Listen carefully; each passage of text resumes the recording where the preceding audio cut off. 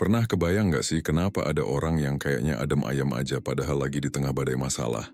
Atau lu pernah ngerasa panik banget pas situasi lagi kacau balau, tapi orang di sebelah lu malah santai sambil mikir solusi? Ketenangan itu bukan cuma bawaan lahir tau. Ini adalah skill yang bisa banget dilatih dan dikuasai sama siapa aja. Lu nggak perlu jadi biarawan atau meditasi tiap hari buat dapetin ketenangan itu. Artikel ini bakal ngasih tahu lu kebiasaan-kebiasaan jitu yang bisa lu tiru, biar hidup lu lebih damai, walau dunia lagi jungkir balik. Ketenangan sejati datang dari dalam, dan ini waktunya lu bongkar rahasianya. Ketenangan di tengah situasi yang lagi riweuh atau bahkan kacau balau itu memang jadi dambaan. Banyak dari kita yang mikir kalau orang yang tenang itu emang udah dari sananya begitu, atau punya bakat khusus. Padahal, ketenangan itu bukan bawaan lahir, melainkan sebuah keterampilan yang bisa banget dilatih dan diasah terus-menerus. Orang-orang yang mampu tetap tenang dan berpikir jernih saat tekanan datang, punya kebiasaan-kebiasaan tertentu yang bisa kita contoh. Mereka bukan gak ngerasa stres, tapi mereka tahu gimana cara ngatur reaksi tubuh dan pikiran mereka. Yuk kita bedah satu persatu rahasia mereka biar hidup lu juga ikutan adem. Satu, paham reaksi tubuh lu terhadap stres. Poin pertama yang bikin orang tenang itu beda adalah mereka paham banget sama reaksi tubuhnya pas lagi stres. Jadi gini, tubuh kita itu punya sistem alarm otomatis alias fight or flight response. Ini kayak mode darurat yang langsung aktif kalau tubuh ngerasa ada ancaman. Nah, orang yang tenang itu ngerti kalau reaksi ini nggak bisa dicegah sepenuhnya. Lu nggak bisa nyuruh jantung lu jangan deg-degan pas kaget, atau tangan lu jangan dingin pas panik. Tapi, mereka tahu banget gimana cara ngaturnya biar nggak berlebihan dan malah bikin situasi makin parah. Mereka sadar banget sama sinyal-sinyal awal stres, misalnya napas yang mulai terengah-engah, tangan dingin, atau suara yang mulai meninggi. Begitu sinyal ini muncul, mereka langsung punya cara buat matiin alarm itu. Ini bukan sihir, tapi butuh latihan buat nyadarin dan ngerespons sinyal-sinyal itu dengan bijak. Mereka seolah-olah punya tombol reset internal yang bisa dipencet kapan aja. 2. Ngatur ulang reaksi tubuh lewat teknik praktis. Setelah sadar sama reaksi tubuh, orang yang tenang langsung punya jurus buat ngatur ulang reaksi itu. Salah satu yang paling ampuh adalah pernapasan sadar. Bukan cuma napas biasa, tapi napas yang punya pola, kayak box breathing. Cara kerjanya gini. Tarik napas perlahan selama 4 detik, tahan 4 detik, buang napas perlahan 4 detik, terus tahan lagi 4 detik. Ulangi beberapa kali. Teknik ini ngirim sinyal aman langsung ke otak lu, bikin detak jantung melambat dan ngurangin hormon stres. Selain napas, ada juga teknik grounding 5-4-3-2-1. Coba deh, lihat 5 benda di sekitar lu, sentuh 4 tekstur berbeda, dengerin 3 suara, hirup 2 aroma, terus sebutin satu hal yang lu syukuri. Teknik ini bikin fokus lu balik lagi ke momen sekarang. Ngalihin perhatian dari pikiran-pikiran panik yang muter-muter di kepala. Ini kayak nge-refresh sistem saraf lu biar tenang lagi. 3. Bisa misahin. Fakta dari interpretasi ini dia salah satu skill paling penting. Orang yang tenang gak langsung percaya sama semua pikiran yang muncul di kepala mereka. Mereka tahu banget kalau pikiran itu bisa jadi tukang cerita yang kadang suka ngarang bebas. Mereka mampu bedain mana yang benar-benar fakta objektif, dan mana yang cuma asumsi atau cerita karangan pikiran mereka sendiri. Misalnya pas ada masalah di kerjaan, pikiran lu mungkin langsung bilang, gue pasti bakal dipecat.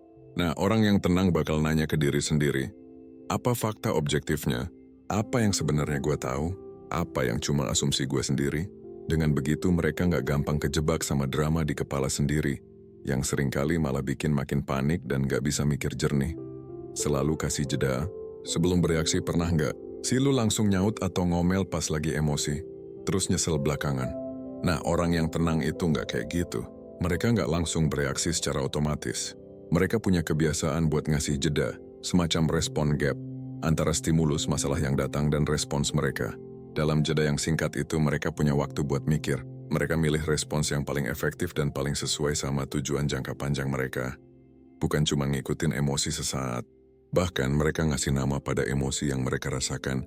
Misalnya, oh gue lagi ngerasa kecewa atau ini perasaan marah. Dengan ngasih nama, otak lu jadi bisa mikir lebih jernih dan gak cuma kebawa arus emosi. Jeda kecil ini bikin perbedaan besar loh. 5. Fokus cuma ke hal yang bisa dikontrol. Lu pasti sering dengar pepatah ini. Tapi orang yang tenang bener-bener ngaplikasiinnya. Mereka gak bakal buang-buang energi buat ngekhawatirin hal-hal yang di luar kendali mereka. Ini kayak lu capek-capek berenang ngelawan arus padahal lu bisa aja nyari jalan lain. Mereka fokusin energinya pada hal-hal yang produktif, konkret, dan bisa mereka tindak lanjuti. Misalnya, lu lagi macet di jalan, lu nggak bisa ngontrol macetnya, tapi lu bisa ngontrol reaksi lu terhadap macet itu. Mungkin lu bisa dengerin podcast atau nyanyi-nyanyi. Orang tenang bakal ngarahin perhatiannya pada respons mereka sendiri terhadap situasi, bukan pada situasi itu sendiri yang emang nggak bisa diubah. Ini bikin mereka nggak gampang frustasi dan lebih efisien dalam ngatasin masalah. 6. Rajin refleksi diri. Secara rutin orang yang tenang itu punya kebiasaan rutin buat ngelakuin refleksi diri. Ini bukan buat nyalahin diri sendiri atau ngungkit-ungkit kesalahan masa lalu, tapi justru buat lebih paham sama diri mereka sendiri. Refleksi ini bantu mereka belajar dari pengalaman, ngidentifikasi pola-pola perilaku yang bikin mereka stres atau panik, dan nyari cara buat ngatasinnya. Mereka suka nanya ke diri sendiri, apa yang gue rasain hari ini? Apa peran gue dalam kejadian ini? Apa yang bisa gue pelajari dari ini? Dengan rutin ngaca ke dalam diri, mereka jadi lebih sadar sama kekuatan dan kelemahan mereka, dan lebih siap ngadepin tantangan di kemudian hari. Ini kayak check up mental yang rutin biar pikiran tetap sehat. 7. Punya rutinitas harian yang stabil. Dunia ini kan sering banget nggak bisa diprediksi ya. Nah buat ngimbangin itu, orang yang tenang punya rutinitas harian yang stabil. Rutinitas ini ngasih mereka rasa aman dan kendali, meskipun hal-hal di luar rutinitas itu lagi kaos. Ini nggak harus rutinitas yang ribet atau nguras energi. Bisa jadi hal-hal kecil yang mereka lakuin secara konsisten, kayak bangun pagi jam segitu, minum air putih begitu bangun, atau ngelakuin peregangan sebentar.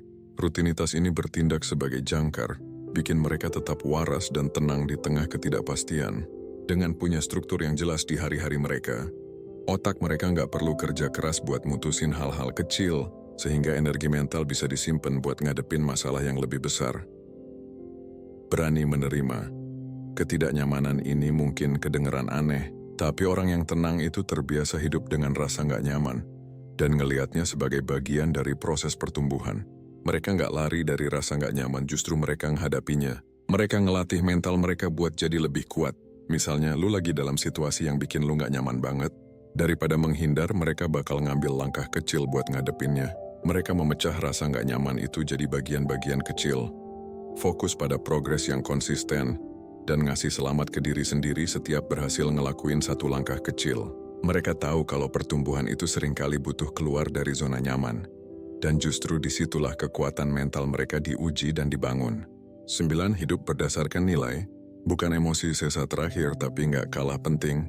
Orang yang tenang itu ngambil keputusan dan ngejalanin hidup berdasarkan nilai-nilai yang mereka pegang teguh, bukan cuma ngikutin emosi sesaat.